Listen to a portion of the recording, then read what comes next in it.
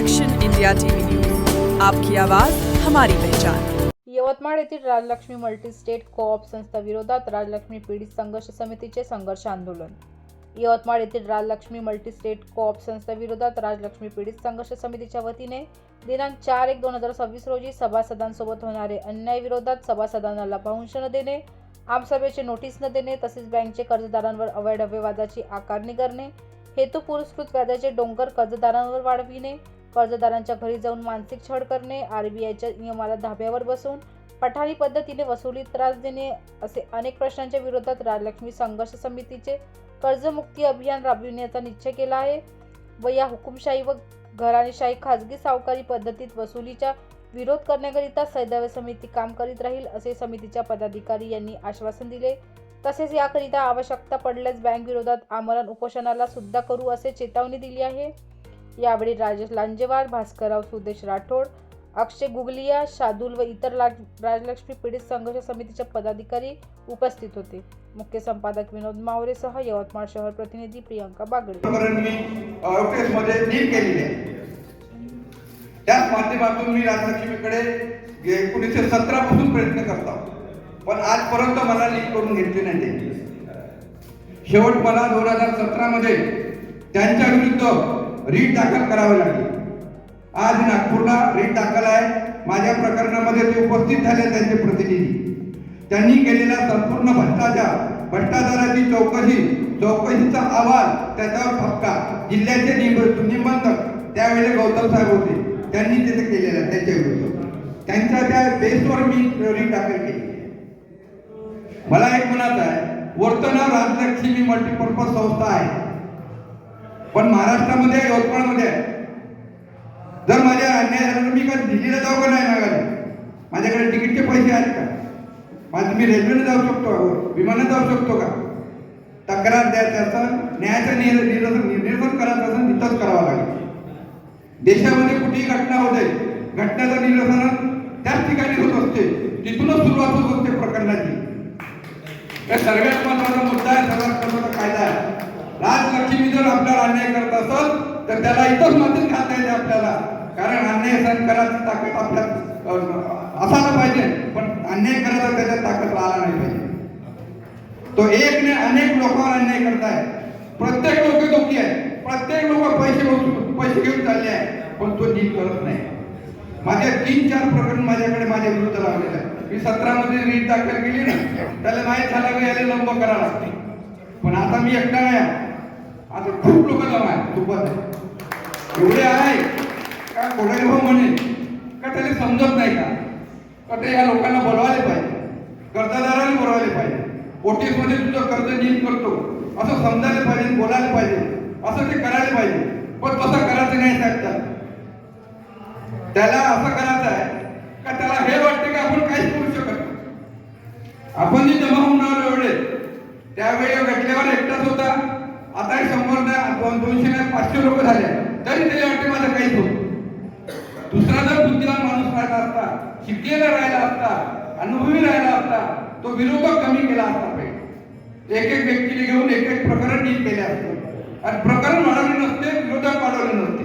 मी सांगतो माझ्या अनुभवानं तो मूर्ख आहे, विरोधक वाढवताय तो आणि त्या बँकेचा सत्यानाश करताय, आणि जे कर्जदार आहे आम्ही, आमच्या कुटुंबावर आमच्यावर अन्याय करतो। माझं एक प्रकरण आर्बिट्रेज मधून न्यायालयामध्ये झालं।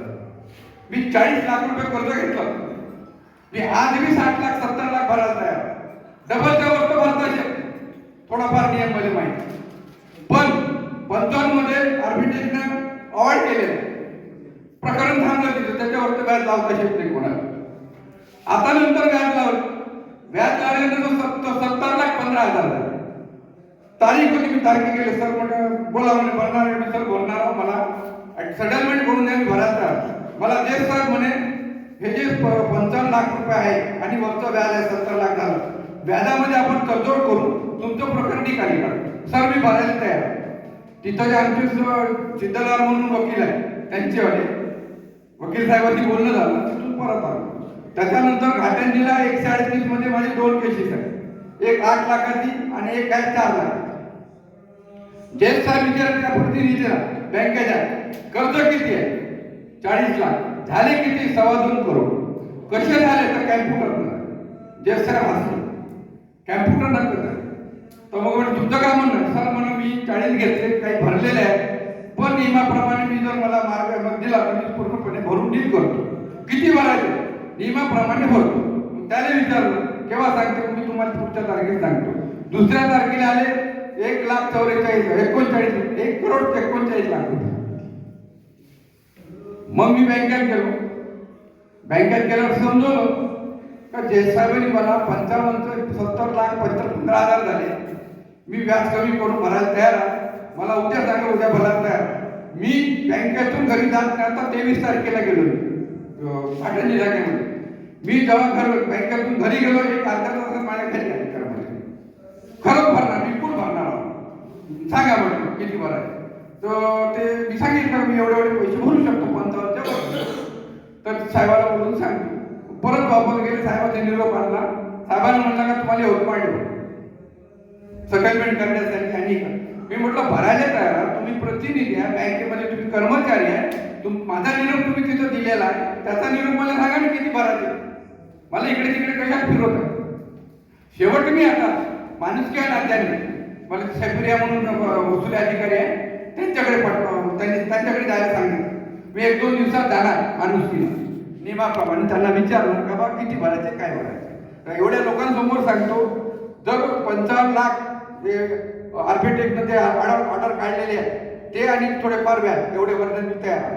परंतु नियमाप्रमाणे हे भरून घेणार नाही कारण यांना कर्जमुक्त आपल्याला करायचं नाही.